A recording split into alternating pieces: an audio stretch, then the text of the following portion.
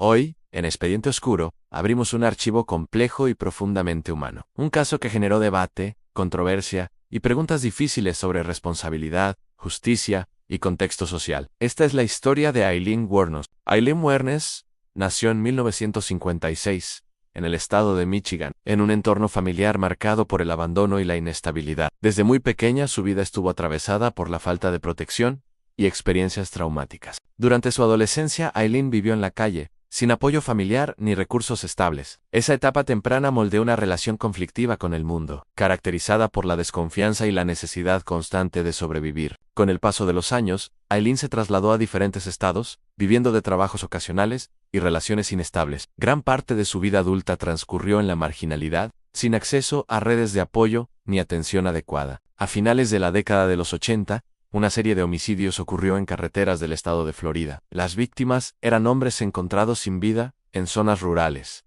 sin una conexión evidente entre ellos. Durante un tiempo, los casos parecían aislados. No había un patrón claro que permitiera vincularlos de inmediato. Sin embargo, la investigación avanzó y comenzó a señalar a una misma persona. En 1991, Aileen Wuornos fue arrestada. Las autoridades determinaron que estaba relacionada con varios de los homicidios ocurridos en los meses anteriores. Durante los interrogatorios, Aileen confesó haber cometido los crímenes, pero aseguró que había actuado en defensa propia. Según su versión, los encuentros con las víctimas se habían vuelto violentos y ella había reaccionado por miedo. El caso generó una fuerte atención mediática. Aileen Wuornos rompía con el perfil tradicional del asesino en serie. Era una mujer con una historia de vida marcada por el abandono, la pobreza y la violencia. El juicio estuvo rodeado de controversia. Se debatió intensamente sobre su estado mental, su capacidad para enfrentar el proceso judicial y el peso que debía tener su pasado en la evaluación de sus actos. Los informes psicológicos señalaron graves trastornos emocionales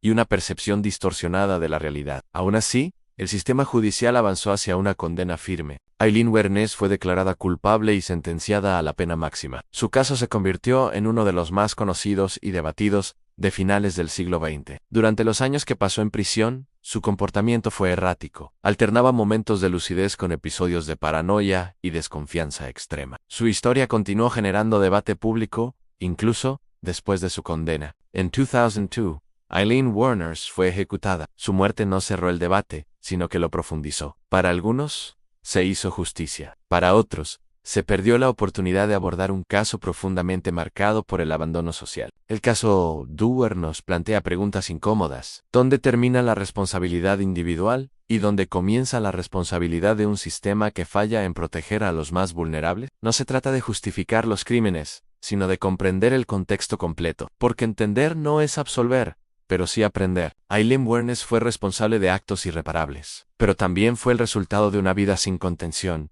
sin tratamiento adecuado y sin oportunidades reales de reconstrucción. Su historia sigue siendo analizada en estudios criminológicos, psicológicos y sociales como un ejemplo extremo de cómo el trauma no tratado puede derivar en consecuencias devastadoras. Más allá del morbo, este caso nos obliga a mirar de frente realidades que muchas veces preferimos ignorar: la exclusión, la violencia estructural y la falta de atención a la salud mental. En Expediente Oscuro, creemos que estos expedientes deben narrarse con equilibrio y respeto, porque cada caso es una advertencia y una oportunidad para reflexionar. Algunos misterios no están en cómo ocurrió el crimen, sino en cómo una vida llegó hasta ese punto sin que nadie lograra detener la caída. Gracias por acompañarnos en este expediente. Si deseas seguir explorando historias reales, crímenes complejos y casos que invitan a la reflexión profunda, te invitamos a suscribirte a Expediente Oscuro.